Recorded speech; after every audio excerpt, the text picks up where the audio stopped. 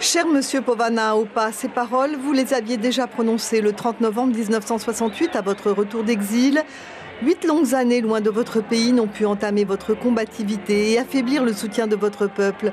Bien sûr, vous avez été amnistié en 1971 et élu sénateur dans la foulée sous la bannière du Pupuereaya, puisque votre parti, le Rassemblement des populations tahitiennes, avait été dissous en 1963. Mais cela ne vous suffisait pas et vous êtes mort le 10 janvier 1977 sans avoir été réhabilité. L'affection de la foule qui vous accompagnait à vos funérailles ne pouvait vous consoler et encore moins effacer de votre mémoire ce triste jour d'octobre 1958 où vous avez été arrêté à votre domicile, accusé d'avoir tenté d'organiser 2 incendies dans la ville de Papeete. Vous avez vécu l'infamie d'un procès bâclé, vous avez été déchu de votre titre de député, emprisonné, seul, malade aussi. Vous avez continué à dire votre innocence toute votre vie.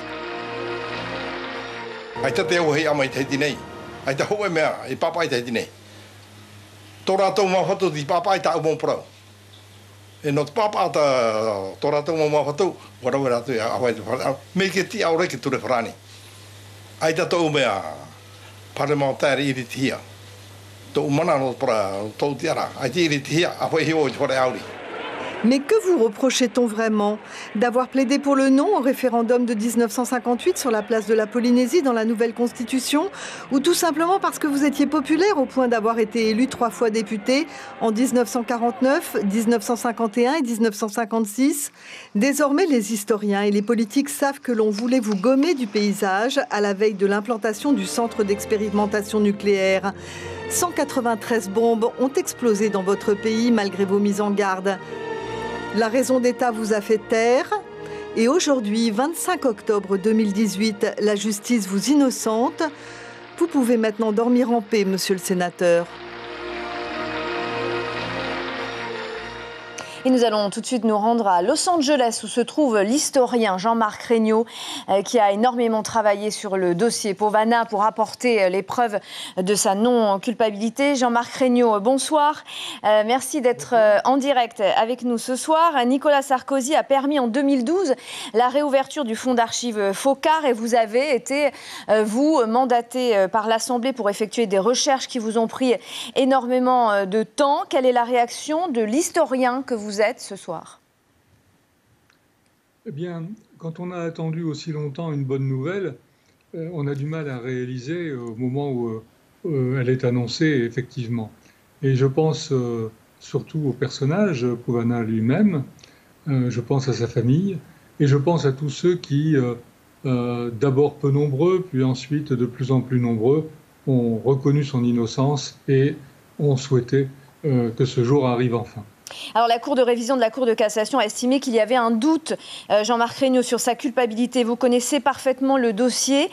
Qu'est-ce qui, selon vous, remet le plus en cause sa culpabilité? Qu'est-ce qui fait que l'on ne peut pas être sûr qu'il a donné l'ordre à ses troupes ce soir-là d'aller mettre le feu à la ville de Papeete? Eh bien, si on regarde comment fonctionne la justice, elle peut difficilement trancher sur un certain nombre de points, notamment sur un certain nombre de faits historiques, sur éventuellement la culpabilité de tel ou tel homme politique. Donc ce qu'elle cherche avant tout, c'est d'équilibrer en quelque sorte les témoignages pour et contre.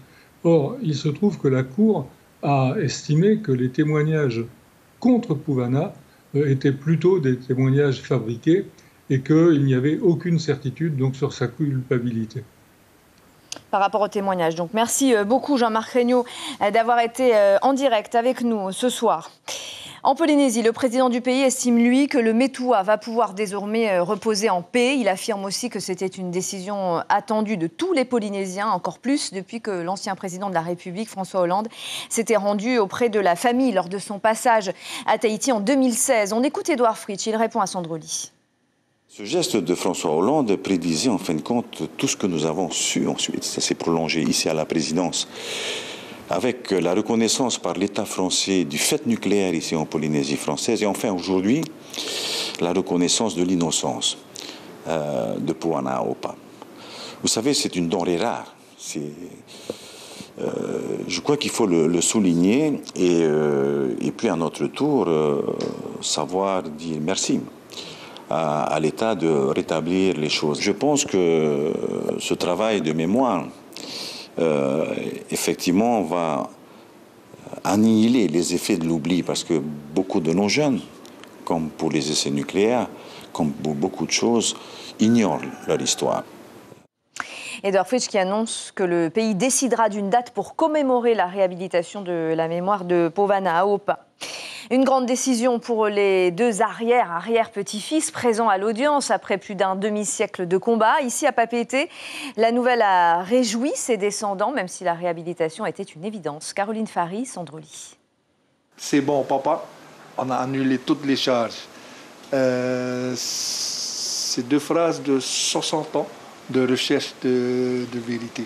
Soulagement, le mot est faible pour les descendants du Metua. Comme son testament le précisait, la vérité a éclaté. Même s'il s'y attendait, son petit-fils Sandro ne cache pas sa joie. Après, ça a été le tsunami de messages. Depuis hier soir, je ne dors pas. Il faut savoir aussi que c'est une famille qui a été détruite. Et ça, on est resté digne, on est resté fiers d'appartenir à cette famille. C'est le testament qu'il nous a laissé, qui nous a fait croire qu'un jour, justice va lui être rendue. Sandro souhaite que l'histoire de son grand-père figure dans les enseignements scolaires. Un homme qui, de par son regard, suscitait le respect. Regardez ses yeux. Transparent. Ouais. C'est ça qui frappe. Et d'ailleurs, grand-père avait exactement ces yeux-là. La profondeur, la clarté. Tu vois le mec honnête là. En février 2016, François Hollande se recueillait sur la tombe de celui que l'État avait condamné. En 2018, le Metua peut reposer en paix. Sa famille savoure une victoire bien méritée.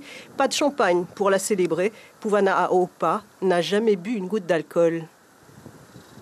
Et je vais tout de suite demander à l'arrière-petite-fille de Pouana Aopa et au représentant indépendantiste qui a fait partie de ceux qui ont porté le dossier de demande de réhabilitation de me rejoindre sur ce plateau. Te Arere Stephenson et Richard Turiava, bonsoir. Merci beaucoup d'être avec nous ce soir. D'abord, une réaction de Te Arere. Comment est-ce que vous vous sentez ce soir? Est-ce que vous avez le sentiment que votre arrière-grand-père peut désormais dormir en paix? Ah oui, c'est un grand sentiment, c'est beaucoup de soulagement, une fierté pour nous, pour notre famille, pour toute la famille Aopa. C'est un jour de bonheur pour nous aujourd'hui. Et vous en avez entendu parler depuis que vous êtes toute petite? Ah oui, de cette affaire. On a baigné dedans avec ma grand-mère, à travers mon père. Grâce à ma grand-mère et mon père, j'ai pu connaître mon arrière-grand-père, Pouana Aopa. Et j'ai pu apprendre à l'aimer grâce à tous les deux. Richard Turiava, tout a commencé en 2009 lorsque l'Assemblée a adopté à l'unanimité une première résolution en faveur de la création d'une commission d'enquête. Ça a été une très longue bataille. Qu'est-ce que cela va changer pour la Polynésie 60 ans après? Je crois que d'abord un sérieux coup de projecteur sur la Polynésie et une histoire qui est particulièrement méconnue dans le monde entier. Ensuite, pour les Polynésiens et la classe politique, un apaisement, je crois, profond et nécessaire qui manquait. C'était une pièce du puzzle, si je peux m'exprimer ainsi, qui manquait terriblement. Un peu de sagesse dans ce paysage. Et enfin, pour la famille, c'est une grande famille, une libération. Je crois qu'il faut saluer la dignité et la persévérance de cette famille qui nous a inspirés, les uns et les autres, qui avons prêté main forte dans ce dossier depuis le début. Chacun avec ses compétences et son expertise, c'est cette famille-là qui nous a inspirés. Et il y avait à travers cette famille un peu l'aura du Metua. Justement, est-ce que vous applaudissez ce soir des deux mains la justice française qui a reconnu ses erreurs? Alors, La justice n'a pas l'habitude d'être applaudie.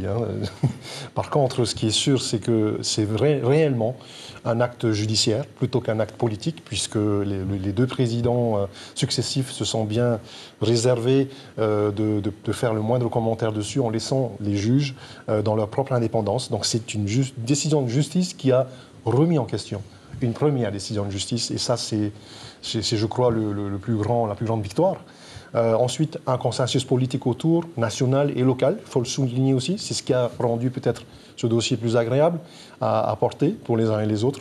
Voilà, je crois que vraiment, c'est une date qui restera à jamais marquée dans l'histoire de la Polynésie française. Vous parlez de politique, est-ce que vous ne pensez pas qu'au plan politique, cette décision risque de rendre la France encore plus coupable aux yeux des indépendantistes? Oh là, non, je pense que véritablement, il faut faire la part des choses sur cet aspect-là. Les indépendantistes, les souverainistes considèrent la France coupable sur des sujets qui sont différents, peut-être liés indirectement, on parle du nucléaire, mais là, réellement, c'était l'histoire et la mémoire d'une personne, sa réputation, sa dignité, qui a été laissée en suspens comme ça, pendant 59 ans. Et aujourd'hui, c'est réellement la plus haute cour de l'État, de la France, qui a pris cette décision-là. On s'en a mis conscience. Ils se sont trompés en 1959. Aujourd'hui, la mémoire de l'intéressé est déchargée. Et même s'il n'est plus là, je crois que ça transpire à travers leurs enfants et leurs petits-enfants. Théa, est-ce que vous pensez que votre famille va aller mieux aujourd'hui? Oui, je pense que tout va aller mieux maintenant qu'on a honoré la mémoire de notre grand-père et de notre grand-mère. Et c'était le but. On n'attendait que ça depuis des années.